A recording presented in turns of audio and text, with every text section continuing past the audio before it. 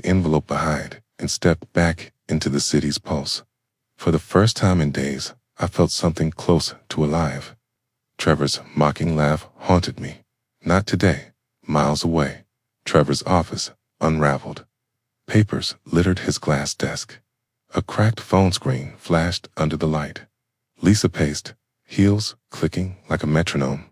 "Someone's talking," she hissed, clutching her phone. My contacts are sniffing around. Trevor slammed a fist down. A glass teetered and fell. "You said the report was secure," he snapped, voice cracking. "I did my part," Lisa shot back, eyes narrowing. "Maybe your old man wasn't as clueless as you thought." She swept glass shards into a bin with precise, angry movements.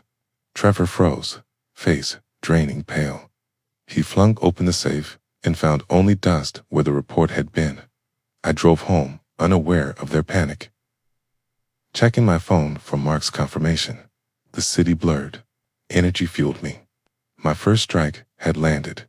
Ellen's photo in my wallet felt like her nod of approval, a quiet benediction. Then my phone buzzed. An unknown number. "You made a mistake," it read. The words tightened my grip on the wheel. Trevor's call came later, his tone low and venomous. "You know something, don't you? Don't play dumb, Dad. You're paranoid." "Trevor," I lied and hung up. My pulse hammered. Had he guessed? Outside, the neighborhood slept, but I double-checked each lock. I placed Ellen's book beside her photo on the table, the original report hidden inside its worn pages, and whispered, "I won't stop." A shadow flickered past the window. I froze, then plunged the room into darkness. I moved like a man used to secrets and silence. The next day, I sat across from Clara, my old friend and attorney, beneath the comforting smell of ink and old wood. A stack of Ellen's letters lay between us, neat, unmistakable proof of our early days and my rightful stake. "These prove you found Bright Path," I said, holding the letters up. Clara read with growing interest. Ellen's handwriting was precise, her signature an anchor. "We could file a suit," she said, finally. "It's solid, Henry, but risky. Trevor won't go quietly." Risk steadied me.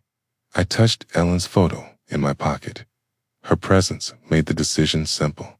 In the courthouse, the air was thick with murmurs and the squeak of chairs. Clara presented our case with the calm of someone who'd seen lesser men fight harder. I stood straight, suit crisp, and felt the old machinery of law begin to turn. Trevor sat across the courtroom, his face carved in fury.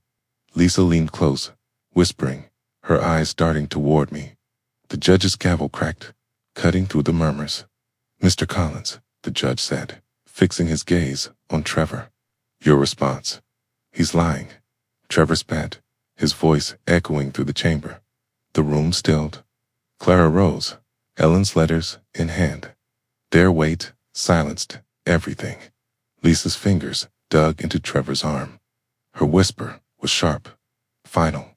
"We're done." My heart was steady, but heavy. Justice hurt. The hearing ended, reporters buzzing like flies.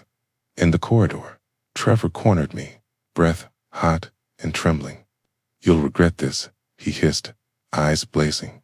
I held his gaze, unflinching. "You started this, son." I walked away. My steps echoed, but so did the footsteps behind me. Too close, too deliberate. My keys bit into my palm like a weapon. The park was quiet, its path strewn with damp autumn leaves crunching beneath my boots. I sat on a weathered bench, the cold wood pressing through my coat. Trevor had called, demanding we meet here. His voice had carried something I hadn't heard in years. Fear. Ellen's photo rested in my pocket, her memory steadying me. I thought of Trevor at 6, clutching my hand, promising he'd never let me down. They arrived together. Trevor's face was drawn, Lisa's eyes sharp but faltering. He sat across from me, hands twisting his cuff. "Dad," he began, voice low. "Stop this. The lawsuit, the investigation. Call it off." Lisa leaned forward, her bracelet flashing in the gray light. "We'll cut you in." Money, shares, whatever you want.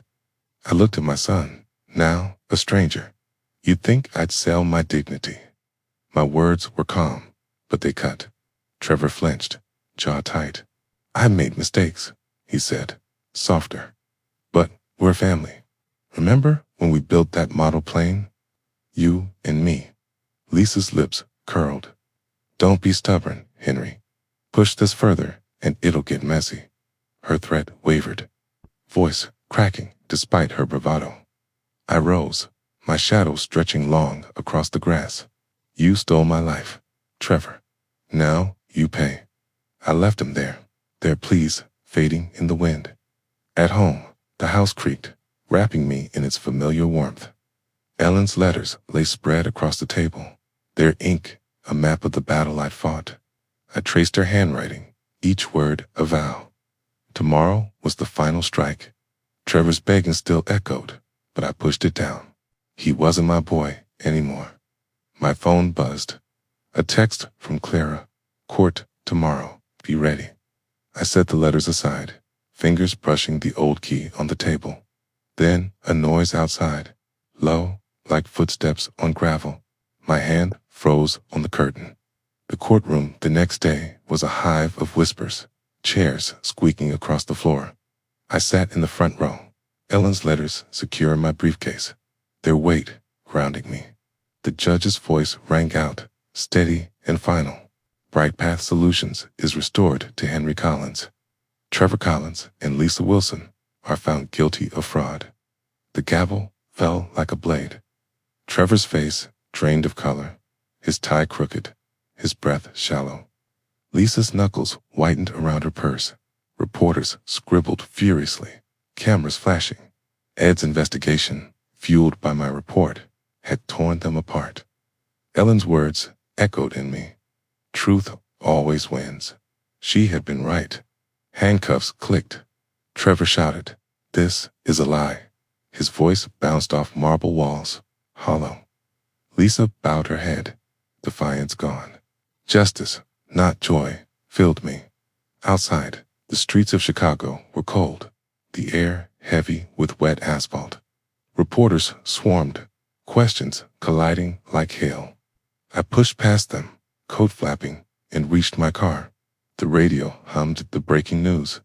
Bright Path was bankrupt. Its glass tower, once my pride, now a hollow shell. I exhaled, years of weightlifting, though not gone. Ellen's photo in my wallet steadied me. Almost done, I whispered. At the cemetery, the world was still, heavy, with fading flowers. I stood before Ellen's grave, her photo in hand, its edges soft from years of touch.